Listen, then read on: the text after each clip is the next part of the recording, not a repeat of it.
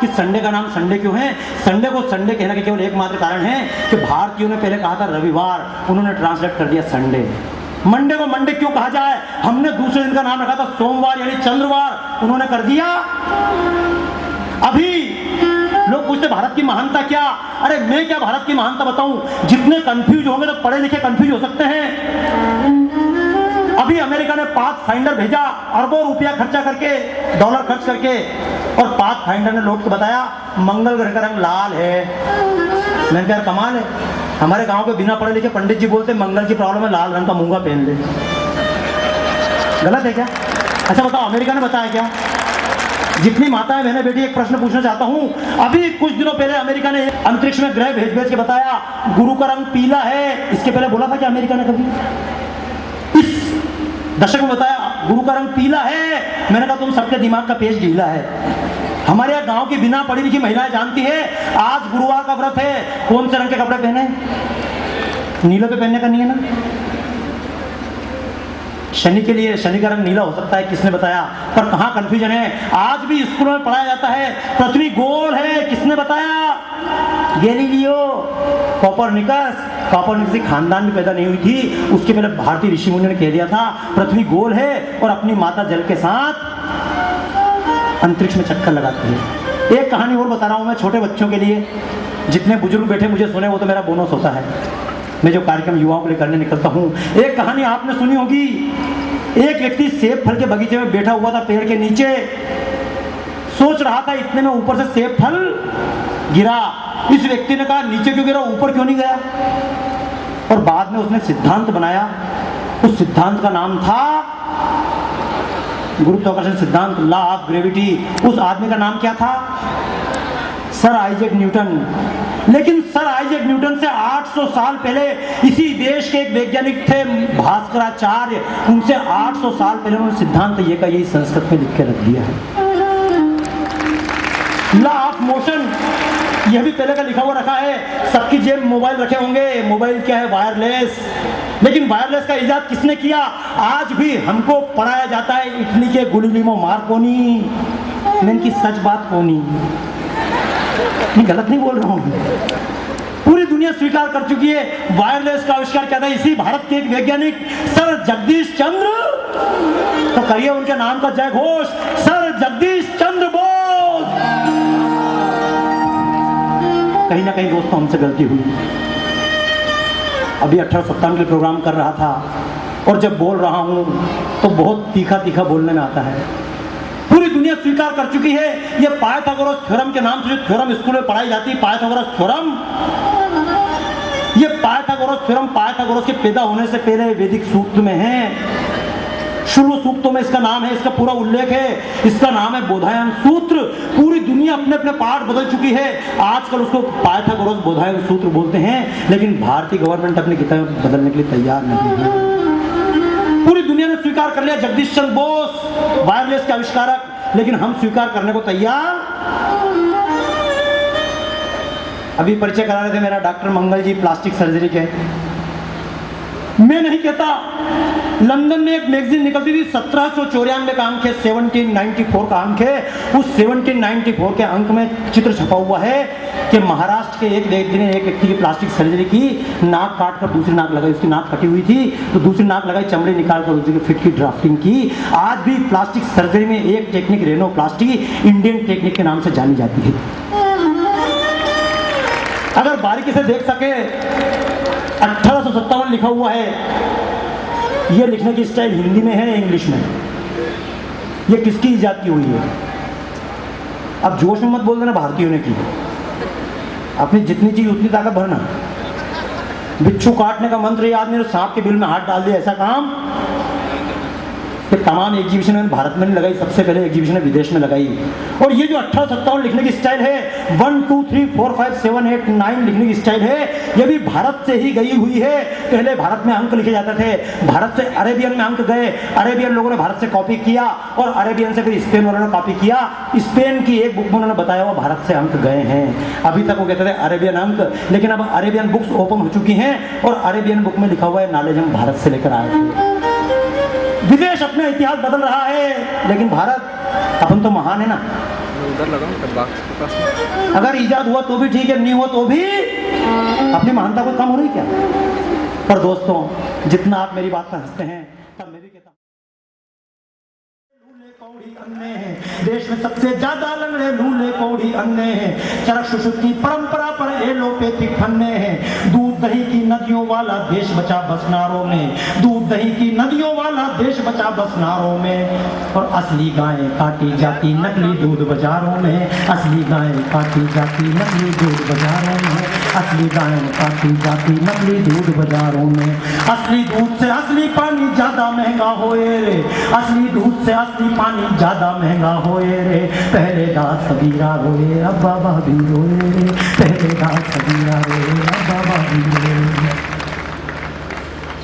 कि गोचर भी के कारतूस को मुंह से नहीं लगाया था। ये 1857 के हम गीत गा रहे हैं, मंगल पांडे के गीत गाए, महारानी लक्ष्मीबाई के गीत गाए,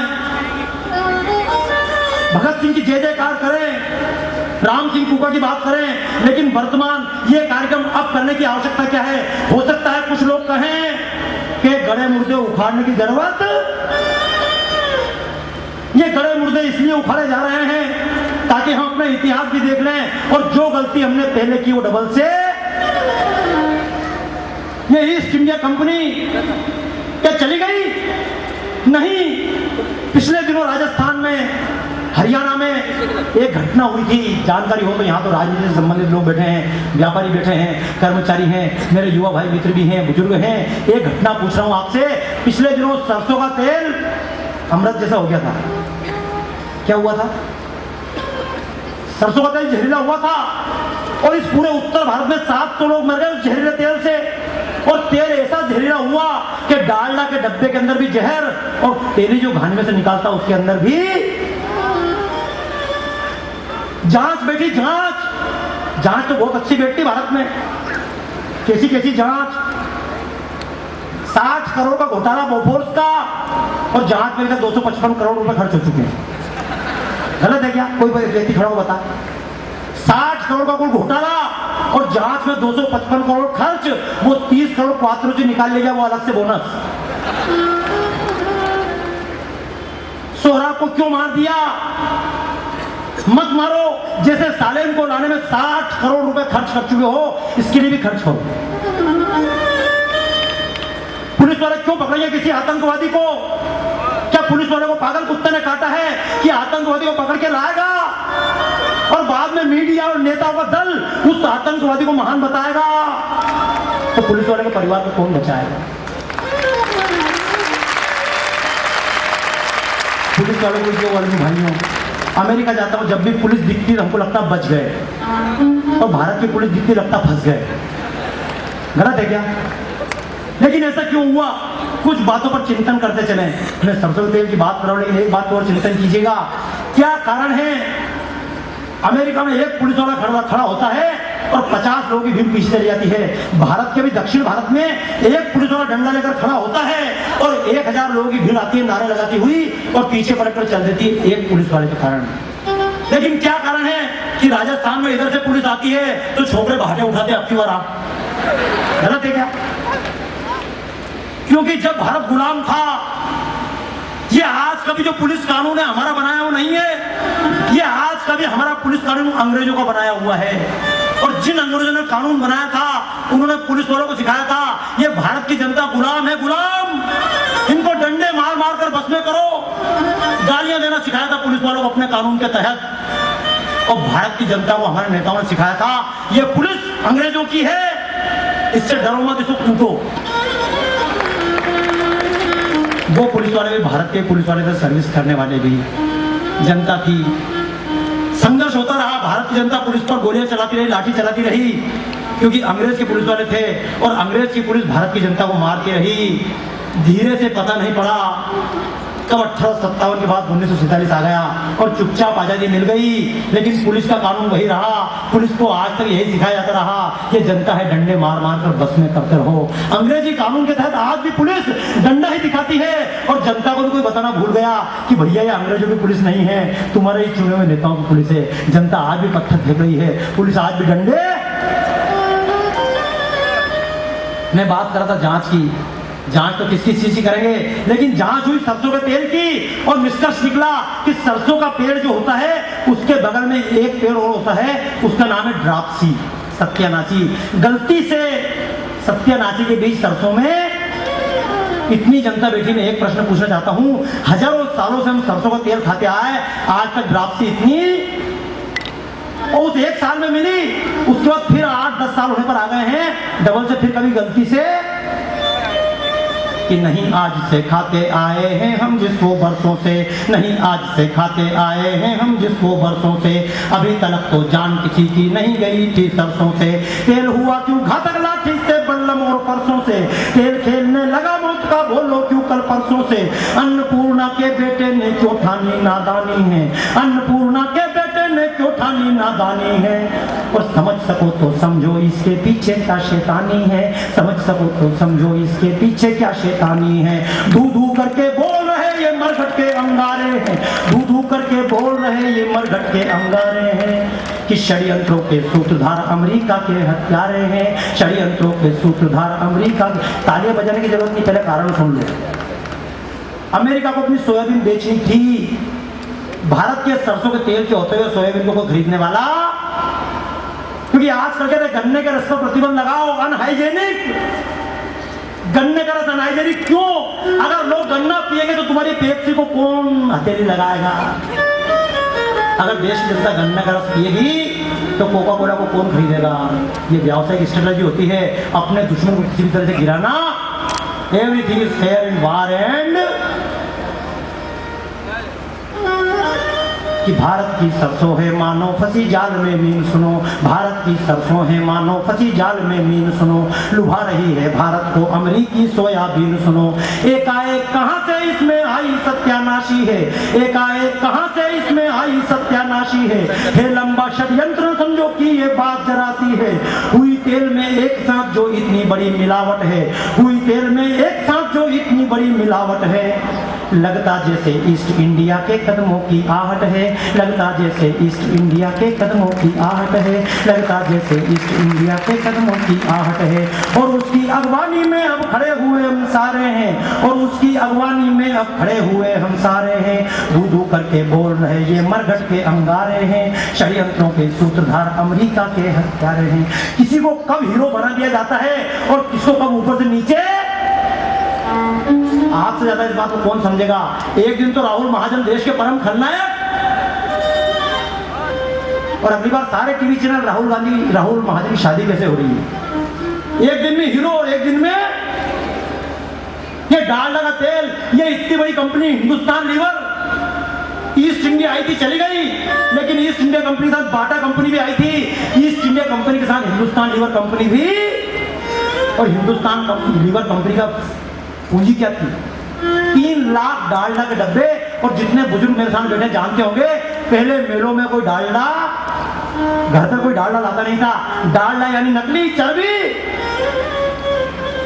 देसी घी के लिए शब्द है असली घी, और डालडा के लिए शब्द है नकली घी। मेलों में फ्री में भजिया तल के खिलाते थे कि ये तेल में भजिया खाओ, तो लोग बोलते थे इतने गए गुजरे हैं क्या? लेकिन कंपनियों ने सिखाया माँ का प्यार डालडा। गलत है क्या? अब सारी माताओं को टेंशन हो गया कि अगर छोकरे को डालडा दिख रहा है तो प्यार ही नहीं करे। क्या क्या विज्ञापन आते टीवी पे आप देखते हुए। मैं तो देखता हूँ महिला, सबसे ज्यादा अटैक महिलाओं पर बच्चों पे है। पहले आदमियों पर अटैक किया, फिर देखा मामला नहीं पड़ा तो महिलाओं पे, फिर आखिरी अटैक बच्चे पे। My child is Complan boy. गलत है क्या? My child is Complan boy. और महिला बड़े गर्व से बोल रही है, और मैं जेबुल में खड़े को बोलता हूँ यहाँ पर भी कई कॉम्प्लान बॉय होंगे, यहाँ पर खड़ा करो एक कॉम्प्लान बॉय। और यहाँ पर खड़ा करो वनवास का एक ज्वार की रोटी का बुआ है। अगर ये ज्वार की रोटी का बुआ है, काम प्लान बुआ है, लाट टिका है तो 6 कुलमुंड भी खाए।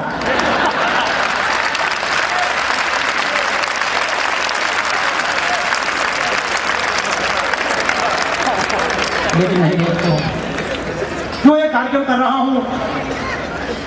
कार्यक्रम करने का एकमात्र उद्देश्य कि गो चर्बी के कारतूस को मुंह से नहीं लगाया था, गो चर्बी के कारतूस को मुंह से नहीं लगाया था। गो प्रेमी मंगल पांडे ने गोहित शीश चढ़ाया था और आजादी के दीवानों ने गौ रक्षा को मान दिया और गौ रक्षा भारत रक्षा है कहकर के सम्मान दिया।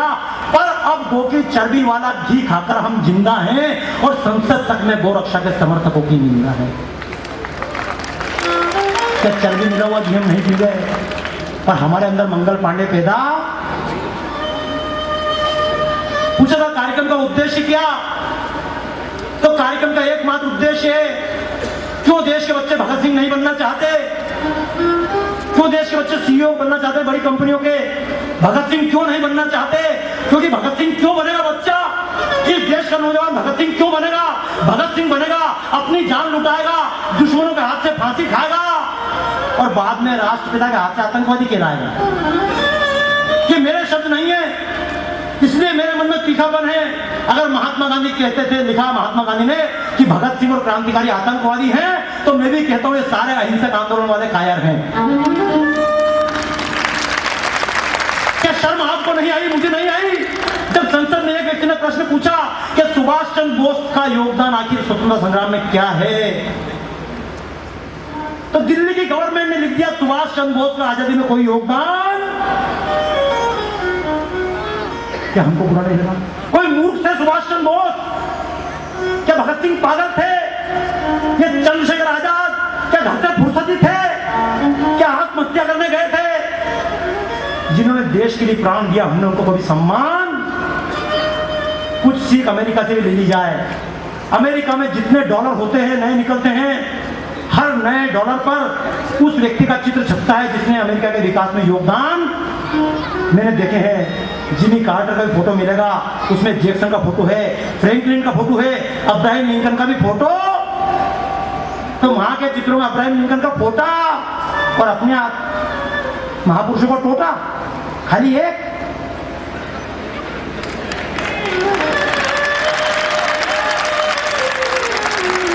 इसलिए भाइयों बहुत तीखा बोलता हूं, क्योंकि 1857 के लिए खर्च हो रहा है। दिल्ली की गवर्नमेंट झांक कर देखे, 50 साल पहले जो आजादी का पर्व मना था, 60 साल हुए हैं, लेकिन 50 साल पहले करोड़ों रुपए खर्च किए गए, लेकिन 1857 के नाम पर खर्च, क्योंकि 1857 ने देश के लिए कुछ किया ही नहीं। हम मानते देश कब बना? 50 साल पहले देश बना। India is making a nation.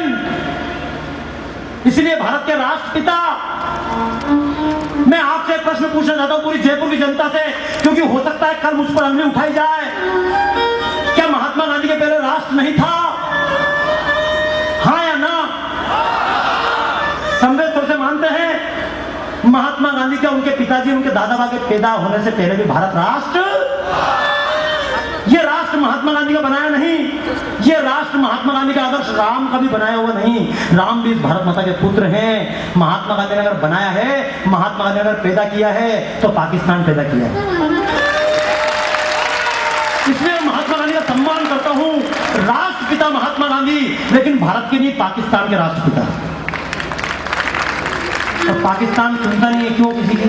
क्योंकि पाकिस्तान दो बाप की औलाद है, एक तो महात्मा गांधी और दूसरे मोहम्मद अली।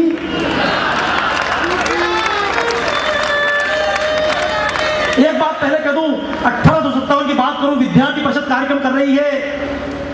लोग कहेंगे हिंदूवादी हैं, एक शब्द अवश्य कहूंगा, अशफाक उल्लाह की कुर्बानी भूल ना हम पाएंगे। अशफाक उल्लाह की कुर्बानी भूल ना हम पाएंगे। हम हमीद के वीर कृत्य को बार बार गाएंगे, युगों युगों तक भी गाएंगे हम रहीम की बानी और श्री कृष्ण के अमर भक्त रसखान की दिव्य कहानी। हमें हिंदू से ज्यादा प्यारे ऐसे मुसलमान जिनकी रग रग में लहराता प्यारा हिंदुस्तान।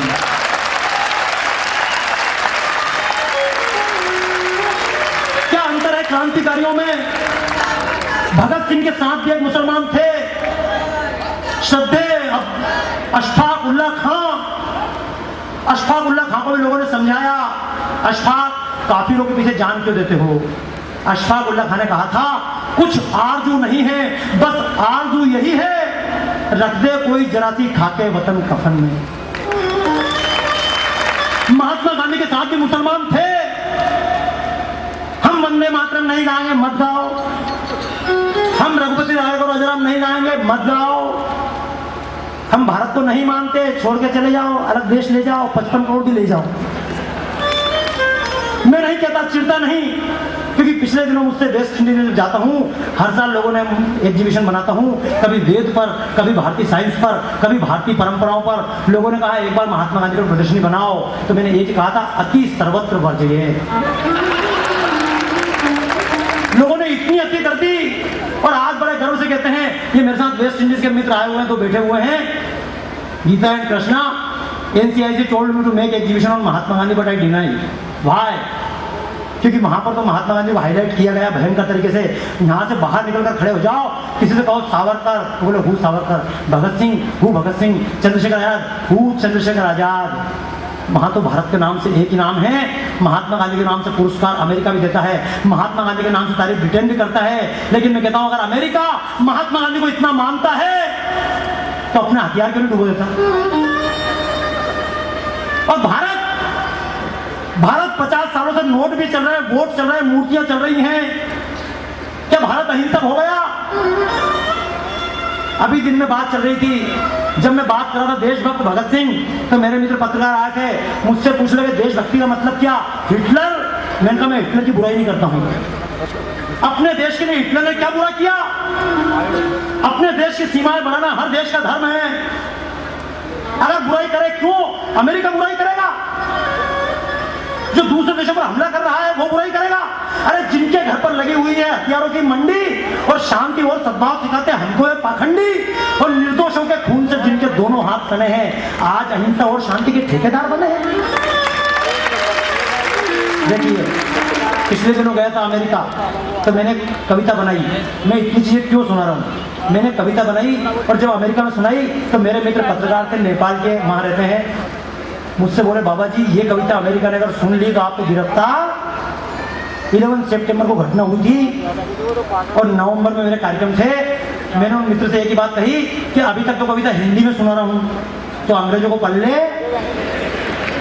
अब मैं इसका ट्रांसलेशन भी सुनाऊंगा। और हर जगह उस कविता का ट्रांसलेशन सुनाया था। जब अमेरिका लादेन के पीछे भाग रहा था तो मैंने अमेरिका की कुछ पंक्तियां कही थी, आपको लगता हो तो दिल की पंक्तियां बताइएगा कि जब हम चीखे बार बार अगर तुमने ध्यान दिया होता, जब हम चीखे बार बार अगर तुमने ध्यान दिया होता, और अगर मुंबई के विस्फोटों पर जो थोड़ा कान दिया होता, और लादेनों के बाप पाक को जो ना मान दिया होता, और इस्लामी आतंकवाद का चेहरा जान दिया होता। आपको ये नहीं मालूम हमारी नकल कौन कौन करता है? ये बुश ने भी मेरी नकल की है। अमेरिका का राष्ट्रपति बुश, उसने भी सत्यनारायण मौर्य की नकल की है। नवंबर के महीने में अमेरिका में गीत गाया था इस्लामी आतंकवाद। अभी 6 महीने पहले बुश साहब स्टेटमेंट दे रहे इस्लामी, नकल की नहीं की? हाँ के ना? हाँ तो मतलब मान लो अपन बहुत बड़ी चीज है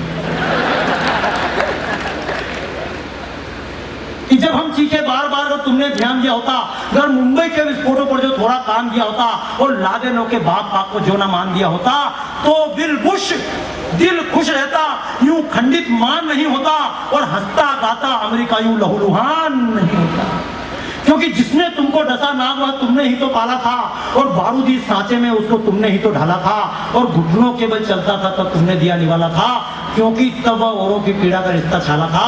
अरे जिनके पाँव न फटी भिवाई पीर पराई क्या जाने, दिन भोगे औरों की पीड़ा का कोई भार नहीं होता, हंसता गाता अमेरिका में लोग। और दोस्तों आइए, इस भूमि पर आकर चेहरे तुम्होंने रंग बिखेरे, इस भूमि पर आकर चेहरे तुम्होंने रंग बिखेरे, इस भूमि पर आकर चेहरे तुम्होंने रंग बिखेरे, इस भूमि पर आकर चेहरे तुम्होंने रंग बिखेरे, समृद्धि में भी आकर के डाले अपने डेरे, समृद्धि में भी आकर के डाले अपने डेरे, शीत घाम और वर्षा तीनों अपने रंग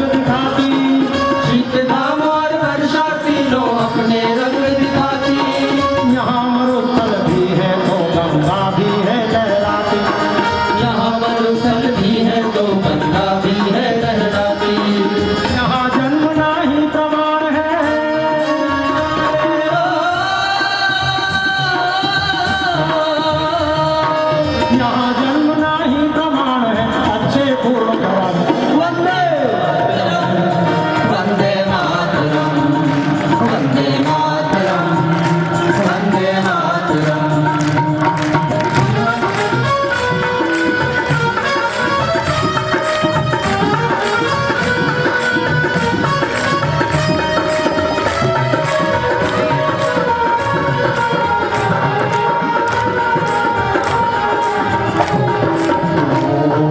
भड़की थी सन 57 में क्रांति यज्ञ की ज्वाला। भड़की थी सन 57 में क्रांति यज्ञ की ज्वाला। मंगल पांडे शीश चढ़ाकर बलि हुआ मतवाला। मंगल पांडे शीश चढ़ाकर बलि हुआ मतवाला। इसी राह पर फूकाओं ने अपने प्राण दिए थे। इसी राह पर फूकाओं ने अपने प्राण दिए थे। इसी राह पर फूकाओं ने अपने प्राण दिए थे। इसी राह पर फूकाओं ने अपने प्राण दिए थे। संतों ने भी शस्त्र लिए और तोड़ी कंठी माला। संतों ने भी शस्त्र लिए और छोड़ी कंठी माला। संतों ने भी शस्त्र लिए और छोड़ी कंठी माला। संतों ने भी शस्त्र लिए और छोड़ी कंठी माला। संतों ने जाग उठे थे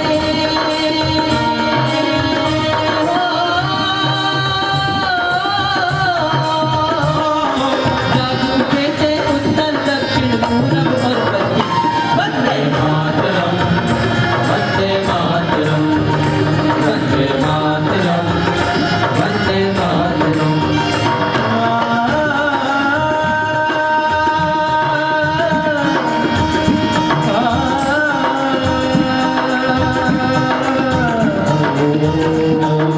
भूल चुके हैं हम जिसको दोहराए वही कहानी। भूल चुके हैं हम जिसको दोहराते वही कहानी। भूल चुके हैं हम जिसको दोहराए वही कहानी। भूल चुके हैं हम जिसको दोहराए वही कहानी। गूंजी थी सन 57 में देशभक्ति की वाणी। गूंजी थी सन 57 में देशभक्ति की वाणी। लखनऊ की कोठी से लेकर कोठे तक जागे थे। लखनऊ की कोठी से लेकर कोठे तक जागे थे। जागे नाना तात्या मंगल और झांसी की रानी।